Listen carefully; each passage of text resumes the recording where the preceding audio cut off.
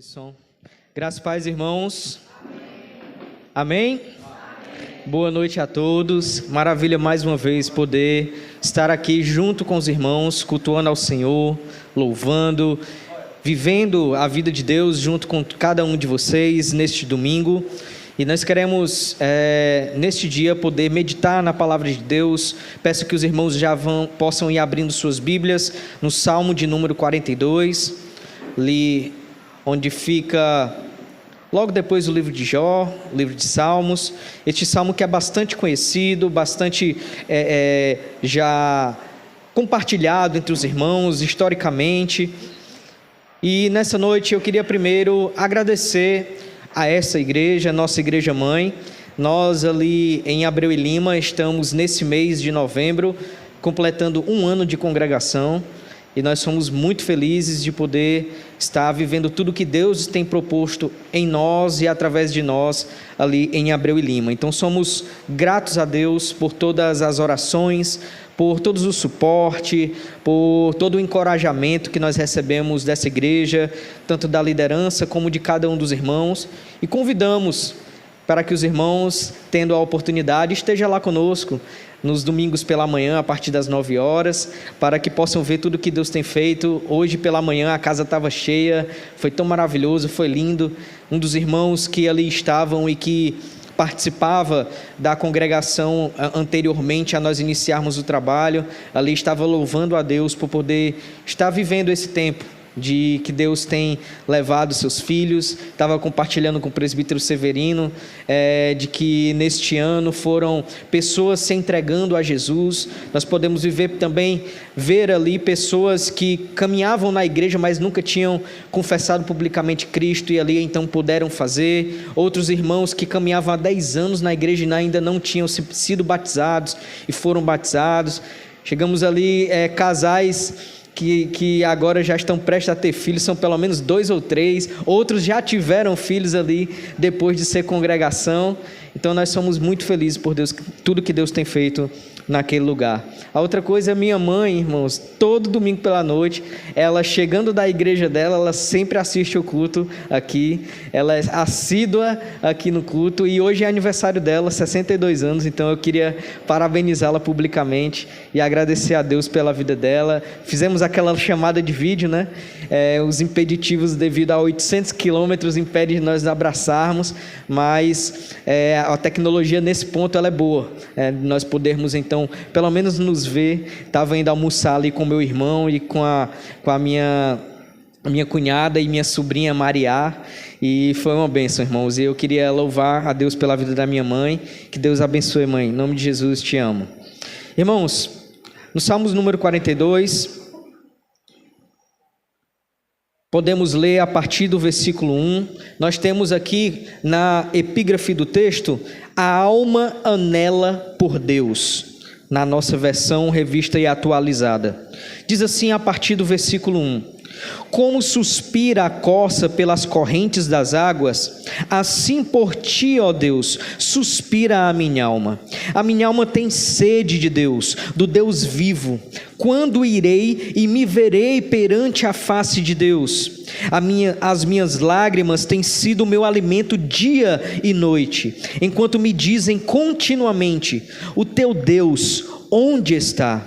Lembro-me destas coisas e dentro de mim se me derrama a minha alma, de como passava eu com a multidão de povo e os guiava em procissão à casa de Deus, entre gritos de alegria e louvor, multidão em festa. Porque estás abatido, ó minha alma? Porque te perturbas dentro de mim? Espera em Deus, pois ainda o louvarei, a Ele, meu auxílio e Deus meu. Sinto abatida dentro de mim a minha alma. Lembro-me, portanto, de ti, nas terras do Jordão e no monte Hermon e no outeiro de Mizar. Um abismo chama outro abismo, ao fragor das tuas catadubas, todas as tuas ondas e vagas passaram sobre mim. Contudo, o Senhor durante o dia me concede a sua misericórdia, e à noite comigo está o seu cântico, uma oração ao Deus da minha vida. Digo a Deus, minha rocha: por que te olvidastes em mim? Porque hei de andar eu lamentando sobre a opressão dos meus inimigos. Esmigalham-se meus ossos, quando os meus adversários me insultam, dizendo: o teu Deus onde está? Porque está abatido a minha alma, porque te perturbas dentro de mim. Espera em Deus, pois ainda o louvarei, a Ele, meu auxílio e Deus meu. E eu gostaria de pedir que toda a igreja pudesse ler juntamente comigo o versículo de número 11, amém? No 3, 1, 2, 3.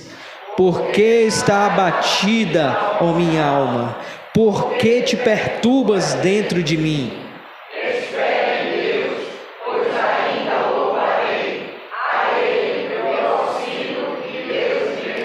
Fechemos os olhos, baixemos as cabeças, vamos orar. Louvado e maravilhoso Deus, Tu, Senhor, que és entronizado em meio aos teus povos, em meio aos teus filhos. Meu Pai, te louvamos e te agradecemos, meu Deus, por poder plantar em nós o teu evangelho, e que este evangelho frutificou e tem frutificado, mesmo em meio às intempéries da vida, e mesmo em meio, Senhor Deus, a mim, que sou o meu principal inimigo contra a tua vontade e a tua verdade. Senhor Deus, quantas aflições e quantas coisas têm se levantado diante de tanto tempo e de tantos anos de caminhada, Senhor. Mas a grande e maior maravilha é poder olhar além, Senhor Deus, além dos montes e além do horizonte, e poder ver que a vida contigo não tem mais fim a partir de Cristo Jesus. Meu Pai, que o Teu Evangelho possa cada dia mais produzir em nós, Senhor Deus, verdadeiramente pessoas santificadas e que viverão para a glória do Teu nome. Senhor Deus, mesmo diante, Senhor Deus, dos desafios, meu Pai, deste mundo vindouro, destes últimos tempos, Senhor, nós queremos declarar em alto e bom som, como o povo que caminha festivamente para a eternidade: Tu és o nosso Deus, o Deus que nos guarda, Tu és o nosso lugar seguro. Obrigado, Pai, pelo Teu Evangelho. Em nome de Jesus, amém. Irmãos, nessa noite, eu gostaria de poder, com os irmãos, meditar nas realidades deste Salmo de Davi. Mas para essa meditação eu gostaria de poder elucidar de uma forma ilustrativa a respeito sobre o que nós vamos tratar aqui. Essa pregação tem como tema, nós podermos analisar o anseio eterno do ser. Qual é o anseio eterno do ser? Qual é o anseio eterno do eu? E aqui eu gostaria então de mostrar aos irmãos dois personagens. Um deles é Zima Blue e o outro personagem é Alex, através do filme Na Natureza Selvagem.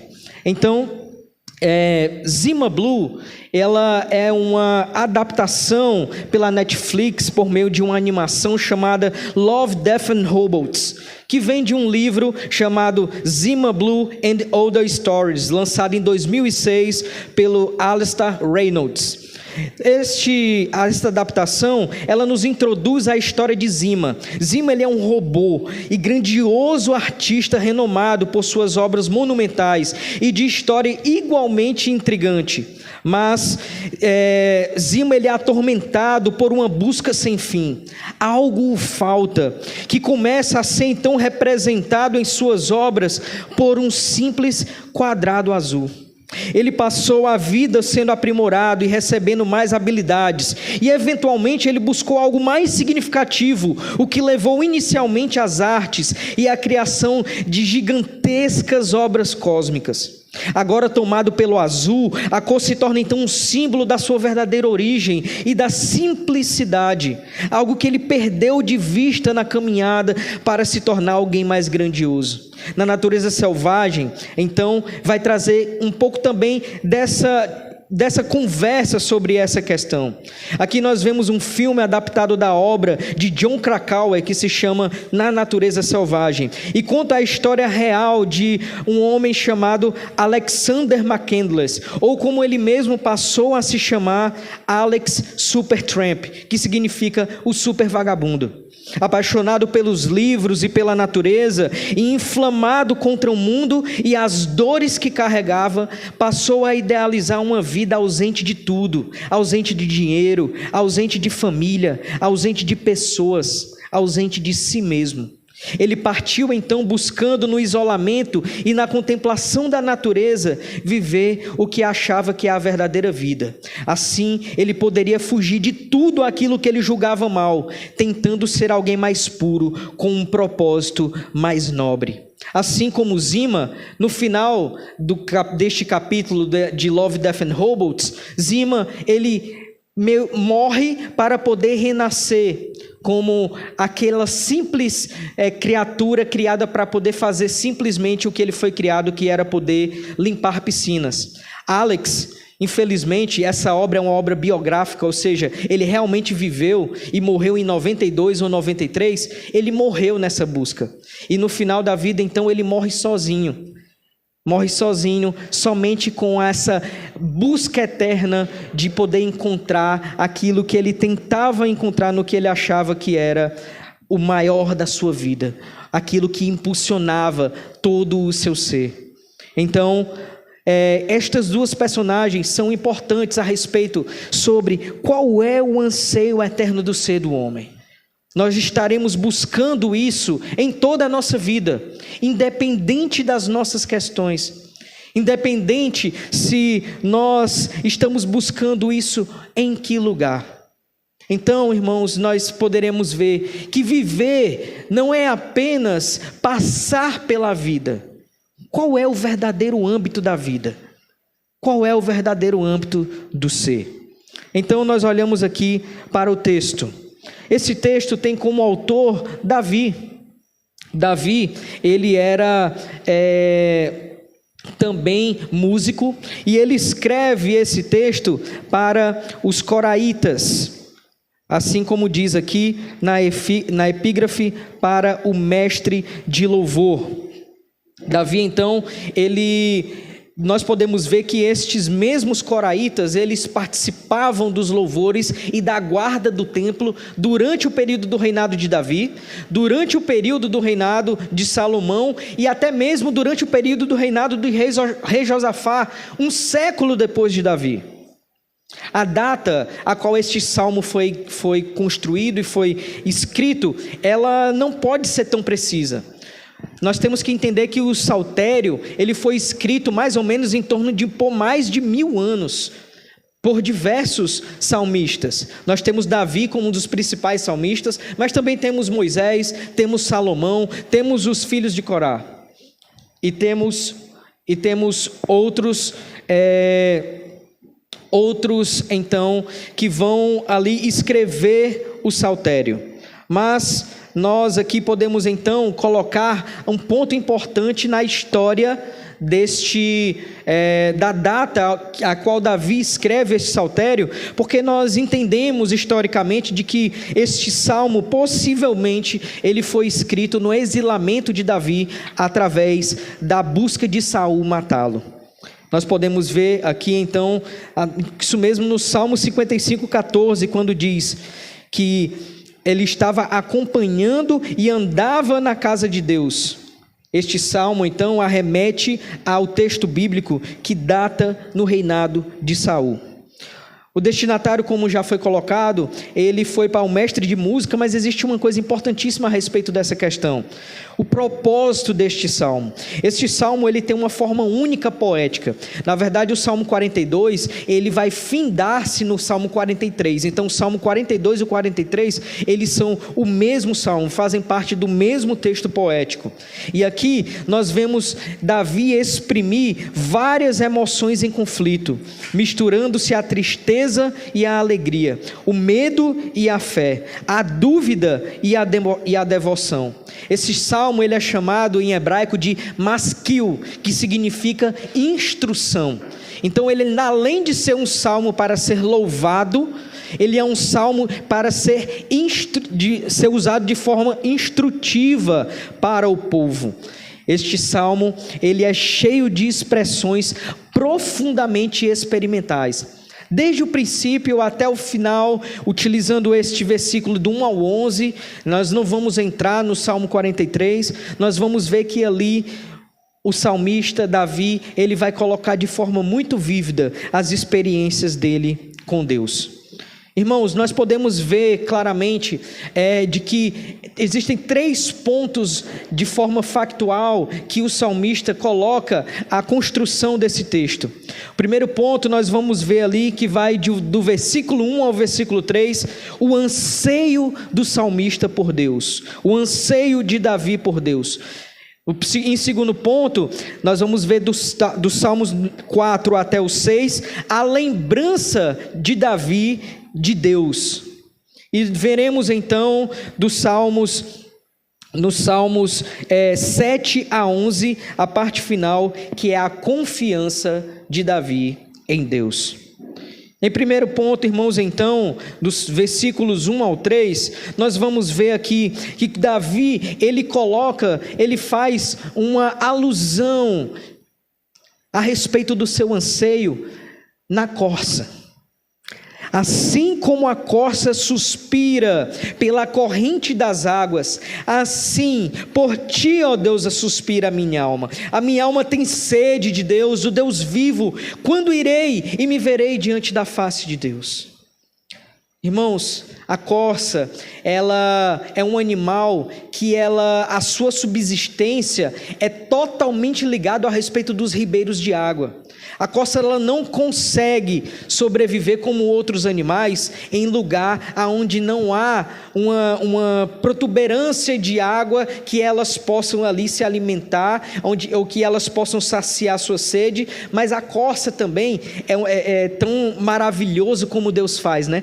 Que a estrutura biológica da corça precisa que ela beba água para que ela possa, como o carro precisa de um carburador para ele não poder aquecer, a corça também, para que ela possa ter todo aquele vigor, né? Ela pula e salta alto, ela corre com grande velocidade para que os seus músculos possam estar sempre revigorados. A água também é importante para essa questão anatômica da corça. Davi então olha para a corça e diz: assim como a corça precisa da água, suspira pela água. A corça, ela fica com as 2 patas e coloca o focinho para cima, tentando sentir o cheiro de onde a água está passando. Assim, a minha alma, ela suspira pelo Deus vivo. O anseio intenso pela comunhão com Deus deve ser a marca de todo crente, irmãos. Com a expressão então figurada com a corça, nós vemos que Davi, ele tem sede das águas vivas que só Deus pode conceder.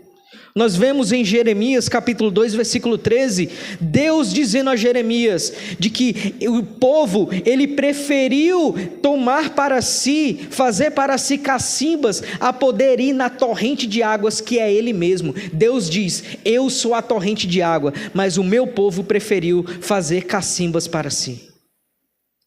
Deus, Ele é a nossa água viva.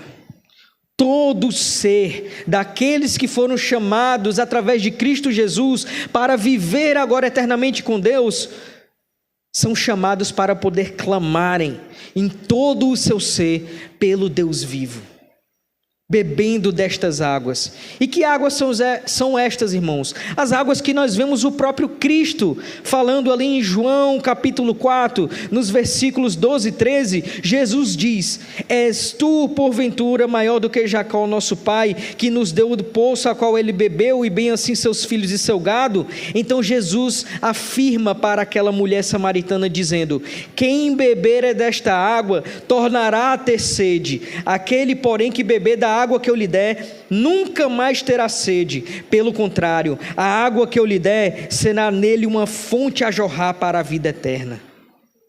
Jesus é a água da vida eterna, a qual nós beberemos e não mais teremos sede.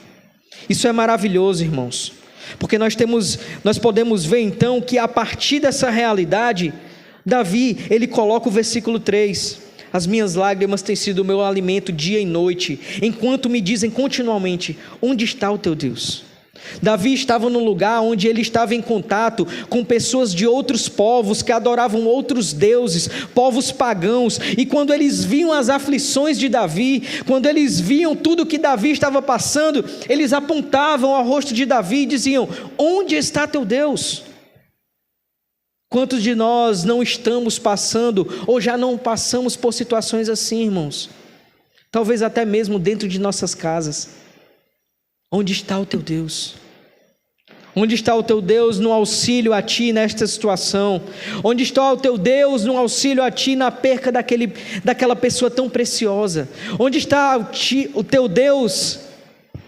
Talvez, irmãos, nós mesmos possamos olhar e perguntar para nós mesmos muitas vezes: onde tu estás, Deus? Aos irmãos próximos, né? Ao meu pastor Diego, os meus irmãos mais próximos, sabe da luta que eu venho passando a respeito das minhas questões de saúde. E aí eu estava brincando com o Cristiano hoje, de que na semana eu fui no otorrino, e aí eu estou na iminência de fazer outra operação no meu pé, no mesmo pé que eu me operei no começo do ano, e eu fui no otorrino e saí de lá com um diagnóstico, talvez também uma cirurgia no nariz, no ano que vem. Aí eu disse assim: é que nem carro velho, né? Quando para mexer numa coisa, vai aparecendo tudo de ruim que tem dentro. O meu senhor, eu tenho só 35 anos, mas quem sabe da minha história sabe, irmãos. Sabe que desde o meu nascimento eu fui formado, quando eu estou pregando para criança, eu gosto de dizer que eu era um homenzinho torto, né? Porque eu fui gerado, minha mãe tinha um nódulo maior do que uma laranja.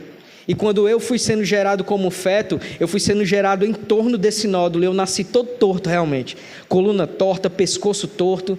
Naquela época a fisioterapia, os bebês já podiam fazer fisioterapia. Eu comecei desde muito cedo a fazer fisioterapia. Minha mãe dizia que eu chorava de dores, porque minha coluna era toda torta, meu pescoço era todo torto. E isso fez também que eu nascesse com problemas respiratórios. Com 2 anos e meio eu fiz a minha primeira cirurgia. Eu fiz a cirurgia de adenoide e tirei as amígdalas. E ali então, a minha infância e minhas tias dizem para mim: Felipe, às vezes tua mãe saía contigo aqui nos braços e a gente olhava um para o outro e dizia: dessa vez ele não volta mais. Minha vida foi inconstância em relação a essa questão, irmãos. Ao ponto de que, ainda não conhecendo Cristo, minha adolescência sempre foi pensando muito de que eu não era ninguém, de que eu era pequeno, e inclusive pensava muito na morte. Pensava, se eu morresse, ninguém ia sentir falta de mim. Porque eu sempre fui aquela criança doente que lutava para poder estar bem, né? Eu dizia que eu era o super-it, porque eu tinha gastrite, sinusite e rinite. Eu era o super-it, e a minha gastrite era a crônica e a nervosa, ou seja, era de tudo, né? Mas, irmãos, mesmo assim, mesmo diante dessas coisas, é nisso que nós podemos ver Deus construindo a nossa história através de suas mãos. Mas, no versículo 4, então, nós vemos aqui Davi, ele trazer uma nova perspectiva. Ele se lembra de Deus. Do versículo 1 ao 3, em primeiro lugar, nós vemos que Davi, quando ele é forçado a fugir em virtude da crueldade de Saul e exposto a uma condição de exilado, tudo o que ele mais foi entristecido foi ele ser privado da oportunidade de ter acesso ao santuário, ao lugar da casa de Deus, pois ele preferia estar no culto divino a todas as vantagens terrenas.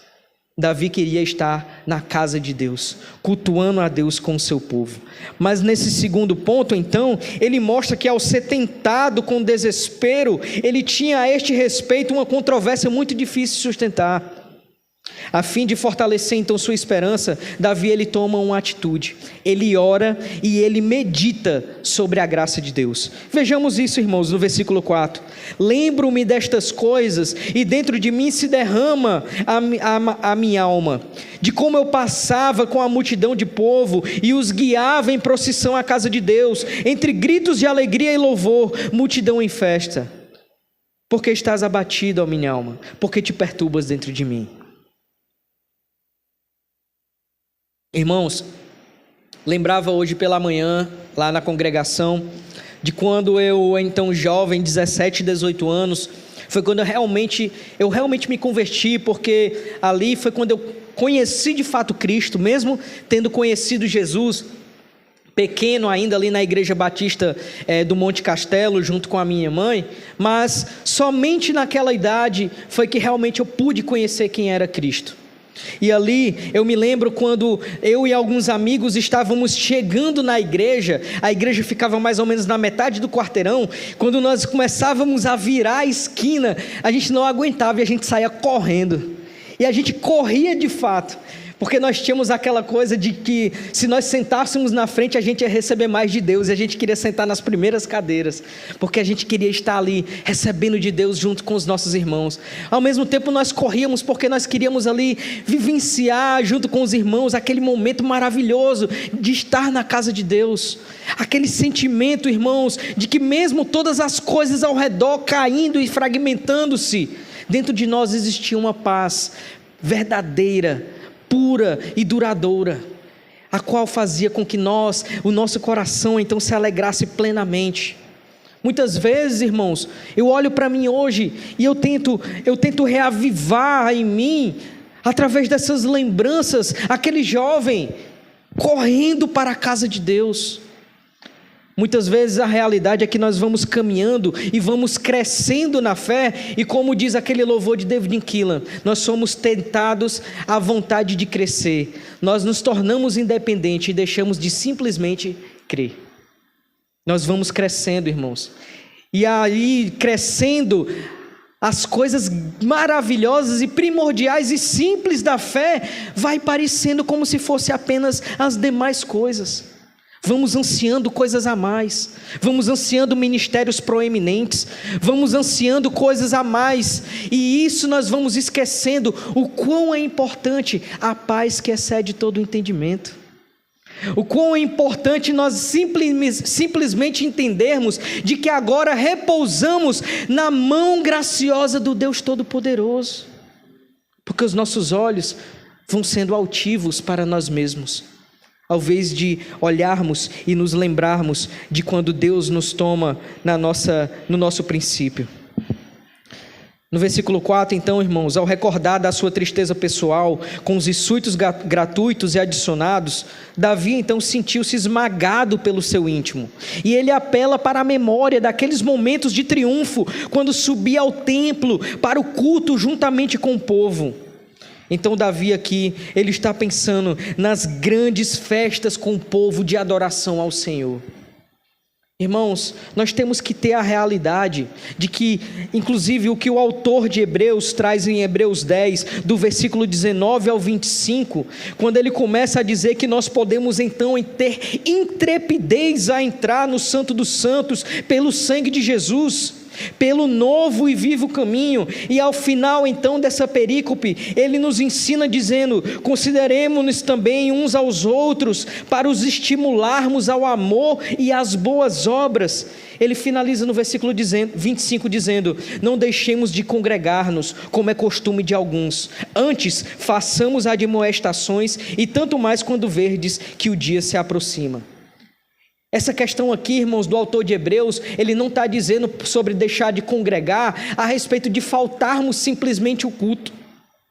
O que ele está falando aqui são aqueles que estão presentes no culto, mas mesmo assim não congregam com a família de Cristo. Sim, infelizmente, irmãos, muitos caminham nessa realidade. Pessoas que têm não têm impedimento nenhum de poder estar na congregação dos santos, mas mesmo assim preferem durante a semana estarem assistindo a reprise do culto do domingo. Isso não é cultuar, isso é assistir.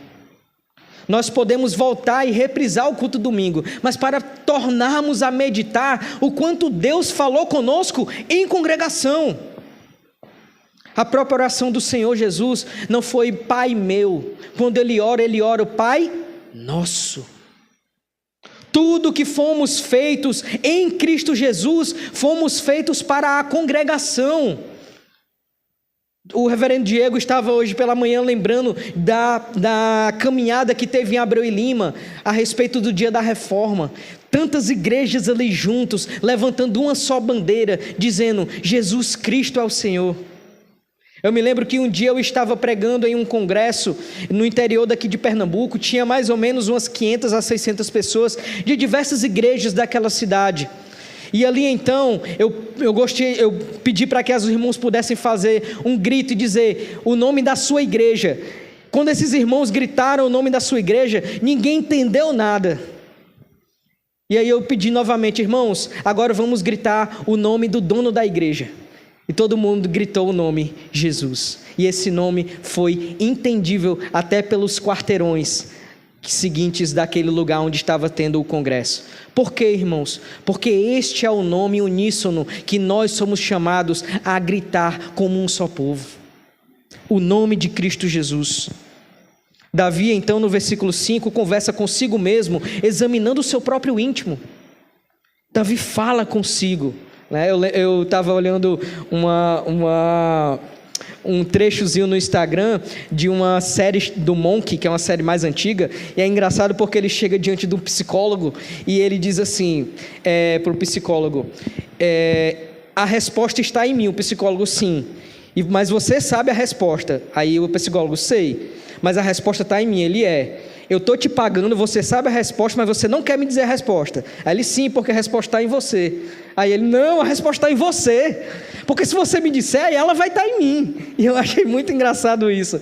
Mas nós somos chamados, irmãos, para poder trazer essa meditação consigo mesmo. Aquilo que Paulo diz, nós temos dois espelhos no Novo Testamento: o espelho de Tiago e o espelho de Paulo. O espelho de Tiago é o espelho onde ele fala sobre o homem natural, que olha no espelho, sai e quando olha novamente, já não se conhece mais. Mas o espelho de Paulo ali em Coríntios é o homem que olha no espelho e ele não vê a si mesmo, mas ele vê a glória de Deus. Não porque ele está sendo altivo com o seu próprio ser, mas porque ele olha para si e diz: eu só sou o que sou por causa da glória de Deus. Nada em mim pode construir ou pode sustentar quem eu sou. O grande pecador que eu sou, somente este pode ser sustentado por mim mesmo. Mas aquilo que há de bom em mim, só Deus pode sustentar. Só Deus sustenta a nossa salvação. No versículo 6, então, ele diz: sinto abatida dentro de mim a minha alma, e eu me lembro, portanto, nas terras do Jordão e no monte Hermon e no outeiro de Mizar. Aqui agora ele passa a olhar além. Davi, ele passa a ter um olhar além de si mesmo, olhando para quando ele se lembrava de quando ele caminhava com Deus, também ali nas regiões dos montes do norte de Jerusalém, dos nortes dali da região do território do povo judeu. Davi aqui então, ele passa a recordar com Deus tudo o que Deus já tinha feito por ele, mas também feito pelo seu povo. Irmãos, quando talvez nós olharmos para nós e pensar: mas Deus tem feito sim na minha vida, mas às vezes parece que Deus tem feito tão pouco comigo. Deus nos deu a graça de nos dar uma congregação. Olhe para o irmão do seu lado, veja o quanto Deus já fez grandiosamente na vida de teu irmão, que isso também seja uma forma de poder lembrar dos benefícios do Senhor através da vida do nosso irmão. Por que tem que ser só em nós? Eu me lembro uma vez de um jovem que se afastou da igreja, a qual nós éramos líderes, né? Eu era líder de jovens de uma igreja, irmãos, imagine. Eram 1.600 jovens. Você sabe o que é ser líder de 1.600 jovens? Era eu e mais 10 jovens, liderando 1.600 jovens. E um dos jovens se afastou e nós fomos conversar com ele. Ele falou uma coisa que eu nunca me esqueci. Ele disse: Felipe, eu fico triste, sabe por quê? Porque muitas vezes dentro da igreja, eu quero que o meu irmão esteja bem. Eu quero vê-lo caminhar bem indo para a igreja, mas eu quero vê-lo caminhar bem e eu passando no meu carro e dizendo: irmão, que bênção vendo você para a igreja. Eu quero estar mais bem do que ele indo para a igreja. Eu quero estar mais bem do que ele. Eu quero poder olhar para mim e ter muito mais bênçãos para contar do que ele para contar de Deus com ele. Isso não faz parte de um coração grato no Senhor, irmãos. Isso não faz parte. Nós devemos celebrar também os feitos do Senhor na vida de todo o povo e não só na nossa vida. No final, então, irmãos, do versículo 7 ao 11, nós vamos ver aqui a confiança de Davi em Deus. No versículo 7, então, 7 e 8, nós vemos que uma calamidade após outra sobrevia sobre Davi. Ele não só estava isolado, sem poder estar na casa de Deus, passando diversas questões, mas nós vemos que Davi diz o seguinte: um abismo vai chamando o outro, uma coisa vem após outra. Estava na última visita do nosso presbítero lá, a nossa igreja, e ali compartilhando, né, com esse casal a respeito de algumas coisas que têm acontecido na nossa vida, e parece que é um efeito manada, né? Diego até falou assim: rapaz, tem que te levar numa fogueira santa, né, para ver se resolve alguma coisa. Mas, irmãos, mesmo nessas situações de calamidade, que vem as intempéries e tempestades, nós temos que olhar e pensar e colocar a perspectiva de que muitas vezes Deus é quem está fazendo essas tempestades acontecerem, para poder sondar os nossos corações, para poder fazermos nos humilharmos e fazermos que nós possamos estar ali pequenininhos nas mãos dele, porque Deus Ele é este Pai. Deus não é mãe, viu, irmãos? Cuidado aí com a nova heresia do Red Renekiewicz, né? Como Deus como uma mãe, né, que coloca o seio para os filhos mamarem. Deus é um pai maravilhoso, que assim como uma mãe, Ele dá o seu peito forte e nos coloca no colo e nos carrega muitas vezes quando nós não podemos e temos forças para carregar. Davi mostra isso então do versículo 8 ao 10, onde ele diz o seguinte: Davi, ele pede compreensão a Deus através desses acontecimentos. Diante das situações mais diversas, irmãos, nós podemos pedir compreensão a Deus. Senhor, por que isso? Por que estamos passando tamanhas coisas? A palavra de Deus nos ensina em Filipenses capítulo 4, que nós devemos orar e suplicar a Deus. Súplica, irmãos, levar nossas vozes mesmo ao Senhor. Mas Ele também nos ensina que nós devemos fazer isso como? Com um coração grato, com atitudes de gratidão. Sempre com gratidão, irmãos. Se Deus nos dá, gratos somos. Se Deus não nos dá, gratos somos. Se as coisas estão acontecendo, gratos somos. Se não estão acontecendo, continuamos gratos.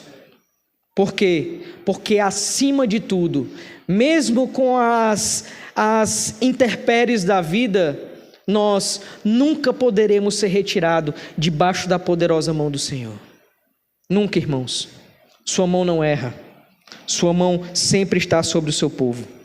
Então, no versículo 11, o resultado foi que Davi, então, ele reconhece que não tinha motivo de queixas, porque Deus estava dirigindo tudo para o seu bem.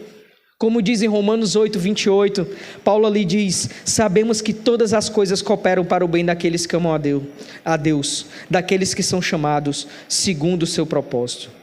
Por fim, irmãos, ele novamente faz menção então desse conflito íntimo que mantinha ante o sofrimento que experimentava. Davi então começa, irmãos, com esse coração afligido, ansiando por Deus. E todas as lutas então faz com que Davi se lembre da vivência e das experiências dele com Deus e de Deus com ele. E isso leva Davi então a confiar em Deus, a confiar que mesmo diante, porque ele repete aqui a respeito dos inimigos oprimindo, dizendo: teu Deus onde está? Mesmo diante de tudo isso, ele olha para a alma dele e ele direciona mais uma vez uma palavra imperativa. Por que estás abatido, ó minha alma? Por que te perturbas dentro de mim? O discurso muda, porque ele diz: espere em Deus, pois eu ainda o louvarei, a Ele, meu auxílio e Deus meu. Amém, irmãos? Irmãos, então nós devemos aplicar algumas realidades desse texto em nossas vidas. Em primeiro ponto, nós devemos entender que tudo dá certo não nos fornece qualquer benefício emocional e espiritual. Já ouviu a frase, mar calmo não faz bom marinheiro? Mar calmo não faz bom marinheiro, irmãos. Muitas vezes o anseio da nossa vida, olhar que se estamos espiritualmente bem com Deus, é olhar para sabendo se as coisas estão tudo bem. Está tudo bem? Estou bem com Deus. As coisas estão acontecendo? Está tudo bem com Deus. E aqui nós entramos em uma questão que a própria psicologia chama de ansiedade por aquisição. colocamos o bem-estar do nosso ser e o estar bem com Deus naquilo que nós devemos ter para poder viver isso. Eu preciso ter isso para viver isso. Eu preciso completar aquilo para viver isso. Eu preciso conquistar essas coisas para poder entender, eu estou bem com Deus. Mas não, irmãos. E aí vamos para a segunda aplicação. E nós devemos perguntar a nós mesmos, como Davi perguntava para a nossa alma: o que fazer quando nós não vemos as orações respondidas e os sonhos realizados? O que fazer? Mas em contraponto também, o que fazer quando nós vemos e vivemos todas as respostas das nossas orações, mas mesmo assim parece que está tudo vazio? Você já passou por isso? Você está vivendo aquilo que você pediu a Deus, mas mesmo vivendo aquilo, parece que está vazio, parece que falta algo. O que povoa o nosso ser e os nossos anseios e a nossa mente, irmãos? Nós podemos então aprender com Jeremias qual deve ser o nosso exercício em contraposição às intempéries e os desastres da vida.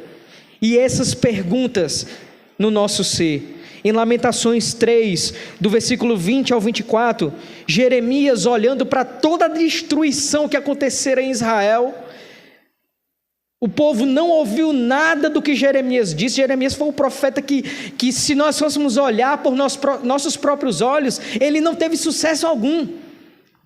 Mas Jeremias aqui, então, em Lamentações 3:20 diz o seguinte: a minha alma continuamente os recorda e se abate dentro de mim. Porém, no versículo 21 ele declara: eu quero trazer à minha memória o que pode dar esperança. As misericórdias do Senhor são a causa de não sermos consumidos, porque as suas misericórdias não têm fim, renovam-se cada manhã. Grande é a tua fidelidade. A minha porção é o Senhor, diz a minha alma, portanto esperarei nele. A resposta, irmãos, é esperar em Deus. Quando nada nós podemos ver das nossas orações, ou quando tudo podemos receber das orações, mas parece vazio, a resposta é a resposta que Jeremias deu ao seu povo e a nós: esperarei no Senhor. Ó minha alma, espere em Deus, pois eu ainda o louvarei. Por fim, irmãos, John Piper, ele nos ensina, o grande teólogo John Piper, quando ele fez o comentário, comentando sobre esse texto, de que nós devemos ter uma atitude diária. Essa atitude nós devemos falar todos os dias para nossa alma: sujeite-se a Deus. Todas as manhãs, irmãos.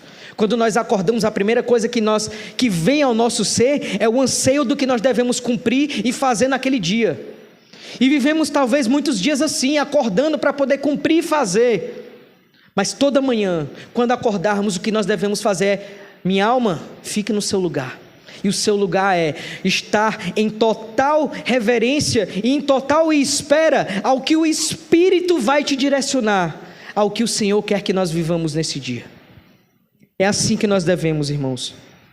Então nós temos que entender que a verdadeira vida saudável espiritualmente, ela só pode ser vívida através do amor de Cristo. E o testemunho dessa verdade, que é a palavra de Deus, somente é manifesto na igreja, na comunhão, e nos mostram aqueles que são a parte verdadeira da igreja. Encorajo vocês e a nós, irmãos, a viver por meio dessa verdade, pela palavra. Nós exortemos a viver pelo amor de Cristo, sem abrir mão da verdade, levando-nos a analisar as nossas vidas em detrimento do propósito que Deus nos deu e também do propósito que Deus deu à igreja. O nosso propósito, ele não é desarraigado do propósito da igreja, ele é vívido somente dentro do propósito da igreja. Então, irmãos, nós temos que entender que viver na presença de Deus não é ter uma vida ausente dos medos, não é ter uma vida ausente dos anseios, nem dos desastres e nem das demais coisas. Mas viver na presença de Deus é nunca estar ausente da verdade, como o próprio Senhor Jesus nos ensina na oração sacerdotal em João 17: santifica-os na verdade, a tua palavra é a verdade. Concluímos então, irmãos, a partir de Zima e a partir de Alex. Lembram os nossos ali personagens iniciais? Eles têm algo a nos ensinar. Zima, então, no final do episódio, quando ele morre, ele retorna ao local onde tudo começou, a piscina. Ele foi criado para ser um pequeno robô limpando a piscina. Ele revela então que a sua busca artística e filosófica sempre foi uma forma de se identificar com a sua essência. Em um último ato, ele então decide se desmontar e voltar à sua forma mais simples, um robô limpador de piscinas. Um retorno simbólico à sua verdadeira natureza. Zima nos ensina a história de quem chegou no topo, mas sente falta da simplicidade e da satisfação de que seus pequenos começos. Você não precisa desistir de tudo, meu irmão. Você só precisa desistir de algumas coisas, ou até mesmo desistir de viver para si mesmo. A resposta não está em destruir-se completamente como Zima fez. A resposta está em viver a liberdade e encontrando o significado nas coisas simples da vida. É isso que Zima encontrou. Por sua vez, Alex, então, ele vive uma vida tentando fugir das pessoas, das coisas, do medo. Ele vive a vida fugindo de ser só mais um. A sua busca pela verdade o levou a amar o todo, a natureza, a beleza das coisas simples. Mas no seu final, já na sua morte, ele descobre a sua maior verdade. A verdadeira felicidade só é real quando se é compartilhada. Ansiamos sempre o muito, irmãos, as grandes coisas. No louvor Alhambra, o nosso ministro Gerson Borges, ele escreve: quero tocar os sinos da majestosa catedral, pensei em compor os hinos, pintar as faces do vitral, mas tu fizeste olhar o chão e pintar os rodapés, silenciar em meio à sombra do jardim. Vivemos nossos ofícios olhando para um propósito que está além daqui. No livro Cristianismo Puro e Simples, C.S. Lewis, ele diz: criaturas não nascem com desejos a menos que exista a satisfação para esses desejos. Um bebê sente fome em existir algo como comida. Ou seja, se eu descubro em mim um desejo que nenhuma experiência desse mundo pode satisfazer, a explicação mais provável é que eu fui feito para outro mundo. Se nenhum dos meus prazeres terrenos o satisfazem, isso não mostra que o universo seja uma fraude. Provavelmente, prazeres terrenos nunca foram destinados a satisfazer-nos, mas apenas a despertar e sugerir o verdadeiro desejo. Esse desejo é Deus. E concluímos, irmãos, que a verdadeira satisfação só pode ser encontrada vivendo para a glória de Deus. Ou seja, o anseio eterno do ser é um lugar, e esse lugar é a presença de Deus. Que Deus abençoe, em nome de Jesus. Amém.